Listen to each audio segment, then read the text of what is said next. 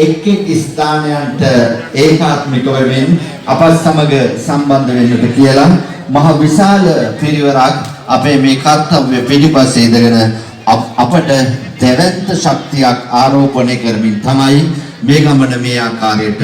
එන්නට පුළුවන්කම ශක්තිය ධෛර්යය නිර්මාණය කර දෙනු ලබන්නේ. එහෙමනම් අපගේ ආරාධනය පිළිගෙන